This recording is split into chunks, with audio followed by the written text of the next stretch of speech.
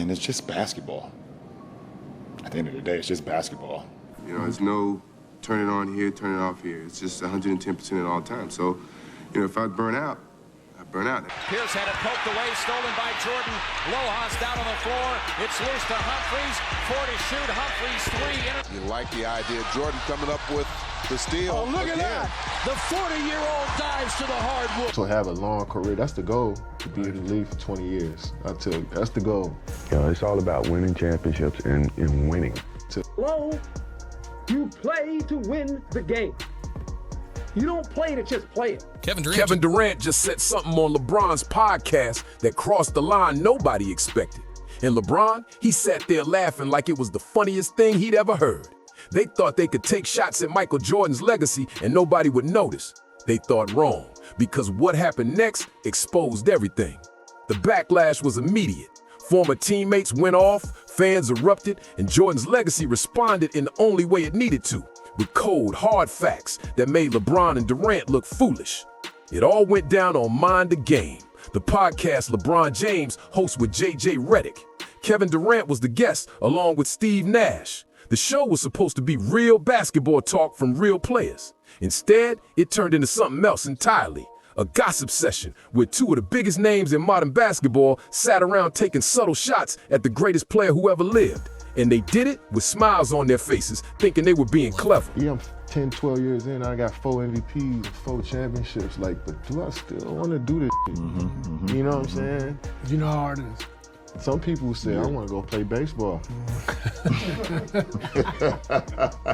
Right? Yeah. And then I want to come back. Well, some people say, I'm going to go 22 straight. Coward. Coming to practice, he's on one leg. Like he was hurt the second year, he was on one leg the whole year and played 82 games. Like, and so he practiced every day and he played every game on one leg. And so you're like, man, MJ, why don't you just sit up? How can I be the leader of the team and sit out and y'all going through all the credit? I got to be there. I twisted my ankle, and I had a teammate, David Greenwood. He says, you know, you twist your ankle, young fella, come over and sit with me. You know, this is, you need to. I said, no, man, I'm trying to make a name for myself. There's no way I can sit. You know, I need to get out there and show what I'm capable of. I want to play. I want to win. I want to make an impact. Back, Durant was talking about commitment, about how players need to reevaluate whether they still want to play after so many years in the league. He said, players get to a point where they ask themselves if they still want to keep going. Then he dropped it, the line that set everything off. Durant said, some people say, I want to go play baseball. Yeah, and then I want to come back. Or some people say, I'm going to go 22 straight. The room went quiet for a second. Then LeBron started laughing. Not a polite chuckle, a full laugh. He knew exactly what Durant meant. Everyone watching knew too. Durant was comparing Michael Jordan, who retired to play baseball, to LeBron, who's played over 20 consecutive seasons. He was saying Jordan quit. He was saying longevity matters more than greatness. Steve Nash sat there nodding. LeBron kept laughing. And in that moment, they weren't just having a casual conversation, they were making a statement. They were trying to rewrite history. They were suggesting that playing forever is more impressive than dominating completely, that sticking around matters more than being unstoppable. But here's the thing. All right, Laker Nerd asks, why is the triangle offense less utilized in today's game? To try to run the triangle offense right now, it'd be very challenging, just because how the game is played and also how defense is covering. 10 to shoot. Jake going right to the rack. No defensive communication. Why is ring culture so much more prevalent in the NBA than in other sports? Yeah, it's funny. Yeah, I don't know. I don't know why it's discussed so much in our sport and why it's the A-all, B-all of everything. What you just said is one of the most insanely idiotic things I have ever heard. Garth Gilmore told me one time, he played for Chicago, he said, if you expect to play a long time in this league, you better quit mopping up the floor. And I thought, well, he's crazy, because that's what basketball is all about. They conveniently left out the most important part of the story, the part that makes their whole argument disgusting. Michael Jordan didn't retire in 1993 because he was bored. He didn't walk away because he wanted a new challenge or because basketball got too easy. Jordan retired because his father was murdered. James Jordan was killed that summer during a robbery, shot and left on the side of the road. The man who pushed Michael to greatness, who believed in him before anyone else did, was gone. And Michael Jordan, at the absolute peak of his powers after winning 3 straight championships, walked away from basketball. Not because he quit, because he was grieving, because he wanted to honor his father's memory by pursuing the dream they talked about together, playing professional baseball. So when Kevin Durant casually throws out, "Some people play baseball," with that smirk on his face, he's not making a clever point. He's being disrespectful. He's reducing one of the most painful moments in Jordan's life to a punchline. And LeBron sitting right there, laughing along, co-signed the whole thing. Neither one of them acknowledged the context. Neither one of them mentioned James Jordan. They just made their joke and moved on, thinking they had gotten away with it. Let's talk about when Jordan retired. Was it after losing in the first round? After getting embarrassed in the finals? After his team fell apart? No. Jordan retired after winning his 3rd straight championship. He three-peated. He reached the absolute pinnacle of basketball. He did something Magic Johnson never did, something Larry Bird never did, something Isaiah Thomas never did. 3 championships in a row. And he did it while dealing with unimaginable grief. Basketball experts and former players agree that Jordan's run from 1991 to 1993 was the greatest stretch of basketball ever played. Best player at his absolute best. So calling that quitting isn't just wrong, it's insulting. But you have to really play hard. Does that hurt you physically? No, because when I play hard all the time. You know, there's no turn it on here, turn it off here. It's just 110% at all times. It might not be in the team's best interest, in your best interest, to play all 82. Is that something you thought about at all since you made the goal? Man, that's a goal, but yeah, we'll see. The next day, I'm available to go and be in the pro. If OBJ shows up, he might score 100. You play basketball 2.5 hours a day, 3 hours a day, right? That's your job. That's what you get paid to do as an NBA player. What do you do other 21 hours? I mean, to me, that's when you should be preparing for your next day of work. Now, here's where the irony gets thick. Who's sitting there making these comments? Kevin Durant, one of the biggest quitters in NBA history. In 2016, after losing to the Warriors in the Western Conference Finals, Durant made a decision to steal Hoss's legacy. He joined them. He joined the team that beat him, the 73-win team that already had Stephen Curry, Klay Thompson, and Draymond Green. That move is widely considered the most gutless decision in league history. Fans call him soft. Players questioned him, but he did it anyway because he wanted easy championships. And it didn't stop there. After leaving Golden State, Durant quit on Brooklyn. He demanded a trade after failing to deliver, couldn't handle the pressure, couldn't lead a team without a super team around him. Then he went to Phoenix and quit on them too. Couldn't even last 3-4 years before demanding out again. And this is the guy calling Michael Jordan a quitter. Same guy who's jumped from team to team his entire career, always looking for the easiest path to a ring. Then there's LeBron. When things got tough in Cleveland the first time, he took his talents to South Beach, joined Dwayne Wade and Chris Bosh because he couldn't win alone. When the Heat started declining in 2014, he boated back to Cleveland. Then when that situation got uncomfortable, he ran to Los Angeles. Every single time adversity hit, LeBron found the nearest exit. So for these two to sit on a podcast and mock Jordan for stepping away after a 3-repeat following his father's murder, that takes nerve. That takes a complete lack of self-awareness. The disrespect didn't end with the baseball comment. Durant kept going, explaining how the real goal for an NBA player should be playing 20 years, not winning championships, not MVPs, not maximizing your talent every single season. Just longevity, just sticking around, just showing up. And LeBron nodded along like this was wisdom, like playing forever is somehow more impressive than dominating completely for a shorter time. And this is where Michael Jordan's entire philosophy destroys their argument without him even needing to speak. Jordan never chased longevity. He chased perfection. Every single season, his goal was simple: maximize himself, maximize his team, win championships, win MVPs, dominate on both ends of the floor, leave everything out there. And if that meant a shorter career, so be it. Jordan said it himself: if I burn out, I burn out. That means my career is short and I'll go play golf somewhere. You know, the fans are there to watch me play. I want to impress that guy way up on top who probably worked his ass off to get a ticket or to get money to buy the ticket. You really cared about the guy who sat in the top deck at the Palace in Auburn Hills to watch you when you came to Detroit? Yeah, because I knew he's probably yelling at me and I want to shut him up. So if the guys are coming to watch me play, I don't want to miss that opportunity. Now, physically, if I can't do it, then I can't do it. But physically, if I can do it, and I just don't feel like doing it, that's a whole different lens. What do you think of when you hear the term load management thrown around? It shouldn't be needed, first and foremost. You know, I never wanted to miss a game because it was an opportunity to prove. It was something that I felt like, you know, the fans are there to watch me play. I want to impress that guy. He wasn't worried about playing 20 years. He was worried about being the best, about winning, about a legacy built on dominance, not durability. Compare that mindset to what Durant just said. Playing 20 years is the goal, not greatness, not legacy, just survival, just collecting paychecks, just hanging around. Jordan played 15 years total, but really only 13 full seasons when you account for his retirements. In that time, he won 6 championships, 6 finals MVPs, 5 regular season MVPs, 10 scoring titles, and made 9 all-defensive teams. That's not just impressive, that's near perfection. That's a resume nobody can touch. Now, look at Durant and LeBron combined. They played 39 seasons, nearly 3 times as long as Jordan's peak. Almost 40 years of professional basketball between the two of them. And what do they have to show for it?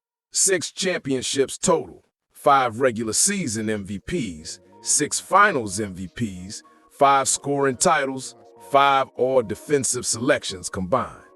In almost 40 years of basketball, they accomplished less than Jordan did in basically a decade. Twice the time, half the results. That's the reality of longevity versus greatness. Jordan wasn't just talking theory when he discussed his approach to basketball. He lived it. When he came into the league as a rookie in 1984, he played all 82 games, every single one. That year, 40 players in the entire NBA played a full season. It was normal, expected. Jordan averaged 38.3 minutes per game, ranking 4th in the entire league. His total minutes ranked 3rd behind only Buck Williams and Larry Bird. From day one, Michael Jordan was an Iron Man. This was in an era where the game was harder, more physical, more brutal. Teams flew commercial, they had one trainer and one strength coach, they practiced harder and longer. The back-to-backs were constant. 3 games in 4 nights happened regularly. And yet, players still showed up. In the 1999-2000 season alone, 58 players played all 82 games. 58.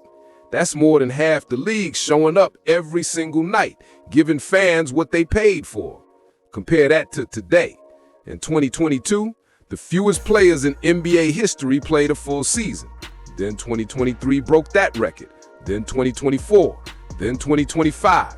The worst years for availability in NBA history are happening right now in the 2020s, when players have every advantage imaginable. Private jets, entire medical staffs, sports science, personalized nutrition, state-of-the-art training facilities, ice baths, cryotherapy, massage therapists, sleep coaches, everything you could possibly need to stay healthy and play. And they playing less than ever. Why? Because the mindset changed. The standard changed. When LeBron started load managing, when he started sitting out games because he was tired, it sent a message to the entire league. If the best player can sit out, why can't everyone else? It trickled down. Role players started resting. Bench guys started resting. The whole league adopted the mentality that games don't really matter unless it's the playoffs. And even then, guys are sitting out playoff games now. It's become acceptable to let down the fans who paid hundreds of dollars for tickets just because you don't feel like playing. Jordan explained it perfectly without ever mentioning LeBron or Durant by name. He talked about load management, about resting when you're not hurt, about prioritizing comfort over competition. He said, I never wanted to miss a game because it was an opportunity to prove myself. The fans are there watching. I want to impress that guy way up in the top deck who probably worked his butt off just to afford a ticket. That's the difference. Jordan respected the game. He respected the fans. He understood that being an NBA player is a privilege, not a burden. LeBron has only played a full 82-game season once in his entire career. Once in over 20 years. Guys like Bird, Kobe, Duncan, even Allen Iverson did it multiple times. But the so-called face of the NBA, the guy chasing Jordan's throne, he's played a full season 1 time. And Durant, he's only done it 3 times in his entire career. 3 times. These are the guys talking about longevity, like it's some badge of honor. Like showing up is more impressive than showing out. There's a story that perfectly captures Jordan's mentality. Former Bulls player Artis Gilmore told rookie Michael Jordan, if you expect to play a long time in this league, you better quit mopping up the floor. Basically, stop diving for loose balls. Stop playing so hard. Preserve yourself. Save your body. Jordan's response?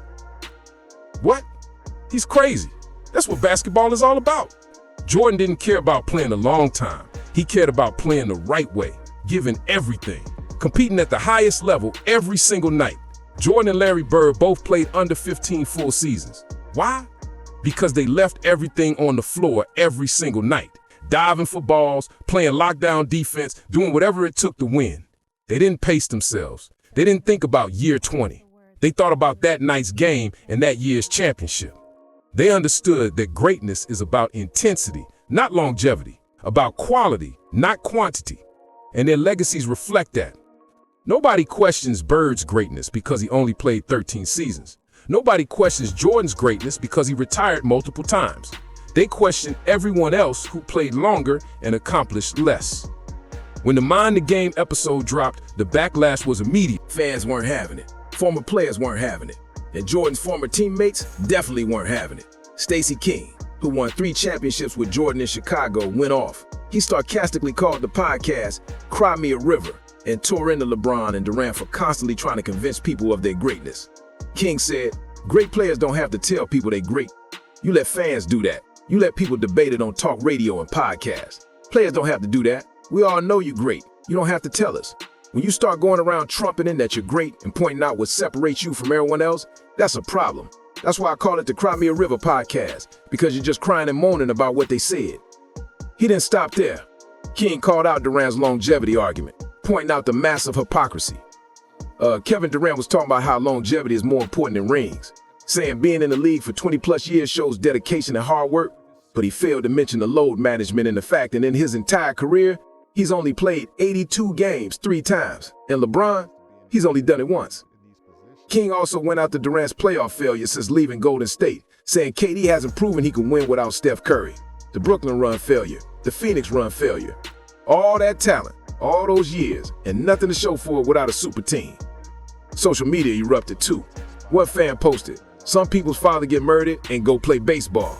Some people join a 73-win team, get caught making burner accounts, play for 3 more teams, never sniff success again. This say the goal is to play forever, not to actually win." Another wrote, "He stopped his game in the middle of a 3-piece success story, then came back and whooped everyone again after. They can't even compare to his accolades." Durant responded on Twitter, doubling down. He wrote, "Congrats to those people. And I'll say MJ retired twice every day for the rest of my life. What are you going to do about it?" He tried defending himself by saying the game is faster now, more stress on ligaments, more running. But fans weren't buying it. The same fans who watched Jordan play in an era with hand checking, with actual defense, with teams allowed to be physical. The same fans who know Jordan played through injuries that would sideline modern players for weeks. What Durant and LeBron don't understand is that when you try to tear down legends to build yourself up, it backfires. It exposes your insecurities. It shows, you're not on that level, so you need to bring them down to yours. Jordan never did that. Kobe never did that. They respected the players who came before them. They honored the game's history. They built their legacies by winning, not by gossiping on podcasts about who quit and who didn't. Here's the thing about Jordan's legacy that Durant and LeBron can't grasp.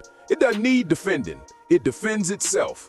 NBC recently brought Michael Jordan back into the NBA fold, not as a player, as an ambassador, as a voice, as someone who can help fix the culture problems plaguing today's game. Why? Because even now, even after retiring over 20 years ago, Jordan has more power and influence than LeBron James and even Adam Silver. If Jordan speaks, people listen. If Jordan says players should compete, should play every game, should respect the fans, that message resonates. It changes the culture. That's Jordan's real response to Durant and LeBron. Not words, not a podcast, not a Twitter rant. His response is his continued relevance. His response is that his name still carries more weight than anyone in the game today. His response is that when the NBA needs to fix its problems, they don't call LeBron, they call Michael Jordan. They bring back the standard bearer. The guy who showed everyone what excellence looks like. Durant and LeBron can laugh on their podcast all they want. They can dismiss rings, dismiss the triangle offense, dismiss everything Jordan built. But at the end of the day, they're still measured against him. Every debate still comes back to him.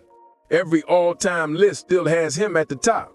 Every conversation about greatness still starts with his name. And no amount of longevity will ever change that. No amount of podcasts will rewrite history. No amount of load management will build a legacy that touches his. Because Michael Jordan didn't chase years. He chased greatness. And greatness doesn't need 20 years to prove itself. It just needs one moment, one game, one season to show the world what the best looks like. Jordan had 13 of those seasons. 13 years of absolute domination, 6 championships, perfect finals record, 10 scoring titles, 9 all-defensive teams, 5 MVPs. Greatest peak any player has ever had. Durant and LeBron combined with almost 40 seasons between them still haven't matched him, and they never will. So yeah, Michael Jordan responded to Durant and LeBron. He just didn't need to say their names to do it. His legacy, his mindset, his entire approach to basketball, that's the response. And it's louder than anything they could ever say on a podcast. It's louder than any joke they can make. It's louder than any stat they could accumulate. Because at the end of the day, when people think of basketball greatness, they think of Michael Jordan. Not longevity, not load management, not podcast, just pure, undeniable, unstoppable greatness. If you think today's NBA has lost its way, hit that like button. If you think players need to start respecting the game and the legends who built it, drop a comment below. And if you want more breakdowns exposing what's really going on in basketball, make sure you subscribe, because this conversation